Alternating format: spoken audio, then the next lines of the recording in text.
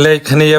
124ព្រះមានព្រះភ័ក្ត្រត្រាស់ភាសិតនេះថាមនាលកហបតីទាំងឡាយកិរិយាប្រព្រឹត្តមិនស្មើពោលគឺមិនប្រព្រឹត្តតាមធម៌ដោយកាយមាន3ប្រការកិរិយាប្រព្រឹត្តមិនស្មើពោលគឺមិនប្រព្រឹត្តតាមធម៌ដោយវាចាមាន4ប្រការកិរិយាប្រព្រឹត្តមិនស្មើពោលគឺមិនប្រព្រឹត្តតាមធម៌ដោយចិត្តមាន3ប្រការមនាលកហបតីទាំងឡាយកិរិយាប្រព្រឹត្តមិនស្មើពោលគឺមិនប្រព្រឹត្តតាមធម៌ដោយកាយមាន3ប្រការទៅដូចម្ដេចខ្លះមនាលកហបតីទាំងឡាយបុគ្គលពួកខ្លះក្នុងលោកនេះទំព័រ242ជាអ្នកសម្លាប់សត្វជាមនុស្សអាក្រក់មានបាត់ដៃប្រឡាក់ដោយឈាមមានចិត្តបោះជាប់ក្នុងការសម្លាប់សត្វជាអ្នកមិនមានសេចក្តីអៀនខ្មាស់មានចិត្តមិនអាសូរចំពោះពួកសត្វទាំងអស់មួយទៀតជាអ្នកកាន់យកនៅវត្ថុដែលគេមិនបានឲ្យដូចជាគ្រឿងឧបករណ៍គឺសម្បត្តិនៃបុគ្គលដទៃណាដែលគេទុកក្នុងស្រុកក្តីទុកក្នុងព្រៃក្តីជាអ្នកកាន់យកគ្រឿងឧបករណ៍ដែលគេមិនបានឲ្យនោះដោយចំណែកនៃចិត្តលួចមួយទៀតជាអ្នកប្រព្រឹត្តខុសក្នុងកាមទាំងឡាយដូចជាស្ត្រីទាំងឡាយណាគឺស្ត្រីដែលមេត្តារក្សាលេខយោងស្ត្រីដែលមានមេត្តារក្សានោះបិតាលែងគ្នាឬស្លាប់បាត់ទៅនៅសល់តែមេត្តាហើយរក្សាទំនុកបំរុងដោយអាហារនិងសម្ពត់ស្លៀកជាដើមឯស្ត្រីដែលមានបិតារក្សាក៏មានសេចក្តីដូចគ្នាដែលបិតារក្សាដែលញាតិរក្សាដែលបងប្អូនប្រុសរក្សាដែលបងប្អូនស្រីរក្សាដែលញាតិរក្សាដែលញាតិរក្សាដែលមានស្វាមីលេខយោងស្ត្រីដែលមានស្វាមីនោះកាលស្ត្រីនោះនៅក្នុងផ្ទៃនៅឡើយមានត្រកូលស្មើគ្នានិយាយណាត់គ្នាថាបើខ្ញុំមានកូនប្រុសអ្នកមានកូនស្រីអ្នកមានកូនស្រីនោះកុំអោយទៅត្រកូលដទៃត្រូវឲ្យមកកូនខ្ញុំទំព័រ243ស្ត្រីដែលប្រកបដោយអាជ្ញាលេខយោងស្ត្រីដែលប្រកបដោយអាជ្ញានោះគឺបានដល់ស្ត្រីដែលស្ដេចដាក់អាជ្ញាចំពោះឈ្មោះឬចំពោះផ្ទះឬចំពោះថ្នល់ថាបុរសណាហ៊ានប្រព្រឹត្តនឹងស្ត្រីឈ្មោះនេះនឹងត្រូវពិន័យប៉ុណ្ណេះដោយហោចទៅសូម្បីតែស្ត្រីដែលបុរសបំពាក់កំរងផ្កាឲ្យលេខយោងស្ត្រីដែលបុរសបំពាក់កំរងផ្កាឲ្យនោះបានដល់ស្ត្រីដែលបុរសនិមួយបោះភូមិផ្កាទៅលើស្ត្រីនោះបើជាប់ក៏កំណត់ថាស្ត្រីនេះជាភរិយារបស់ខ្លួនអដ្ឋកថាជាអ្នកដល់នៅការប្រព្រឹត្តកន្លងក្នុងស្ត្រីទាំងឡាយមានសភាពដូច្នេះមនាលកហបតីទាំងឡាយកិរិយាប្រព្រឹត្តមិនស្មើពោលគឺមិនប្រព្រឹត្តតាមធម៌ដោយកាយមាន3ប្រការយ៉ាងនេះឯងមនាលកហបតីទាំងឡាយកិរិយាប្រព្រឹត្តមិនស្មើពោលគឺមិនប្រព្រឹត្តតាមធម៌ដោយវាចាមាន4ប្រការតើដូចម្ដេចខ្លះមនាលកហបតីទាំងឡាយបុគ្គលពួកមួយក្នុងលោកនេះជាអ្នកពោល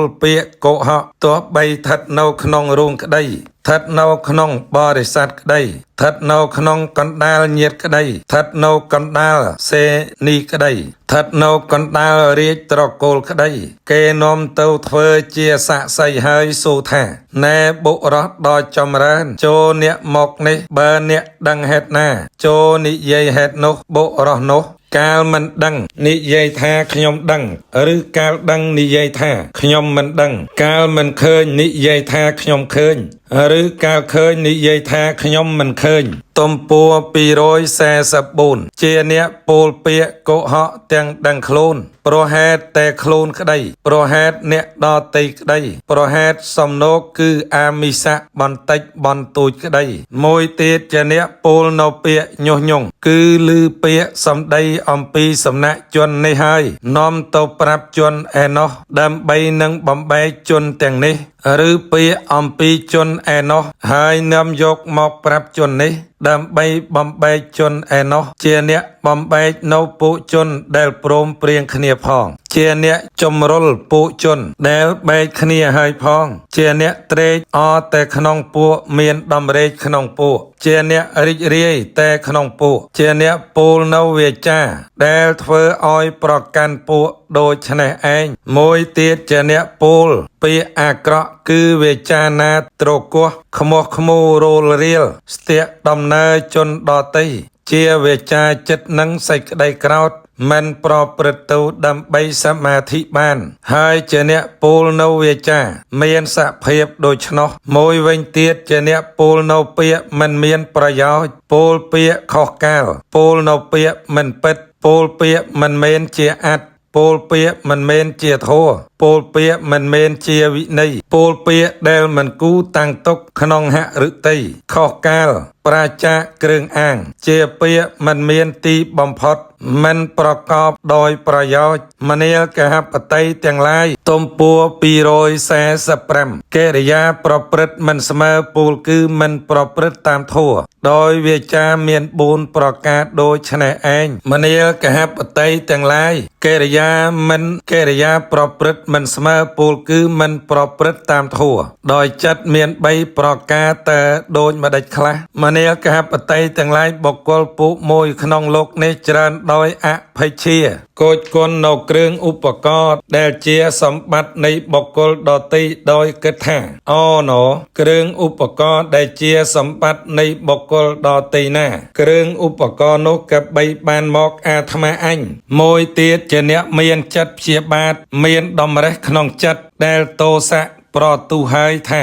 សត្វទាំងឡាយចូលលំបាកខ្លះចូលស្លាប់ខ្លះចូលវិនាសសាបសូន្យទៅខ្លះដែលថាមិនវិនាសកុំអោយមានឡើយមួយវិញទៀតជាអ្នកមានគំនិតយល់ខុសឃើញនៅសេចក្តីវិបរិតថាទានដែលបុគ្គលអោយហើយមិនមានផលការបូជាធំមិនមានផលការបូជាតូចក៏មិនមានផលវិបាកនៃកុសលាកុសលកម្មដែលសត្វធ្វើល្អនិងអាក្រក់មិនមានលោកនេះមិនមានលោកខាងមុខមិនមានមេត្តាមិនមានគុណបិតាមិនមានគុណសត្វទាំងឡាយជាអបបាតិកៈមិនមានពុសមណព្រាហ្មណ៍ក្នុងលោកនេះជាអ្នកព្រមព្រៀងគ្នាប្រព្រឹត្តដោយត្រឹមត្រូវធ្វើឲ្យជាក់ច្បាស់ដោយខ្លួនឯងនៅលោកនេះនិងលោកខាងមុខហើយសំដែងក៏មិនមានទំពួរ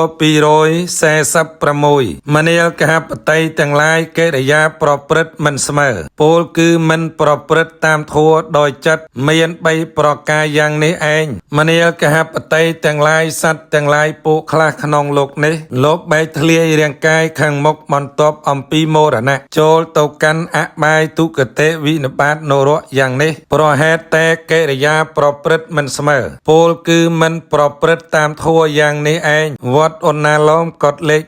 17សូមអនុមោទនា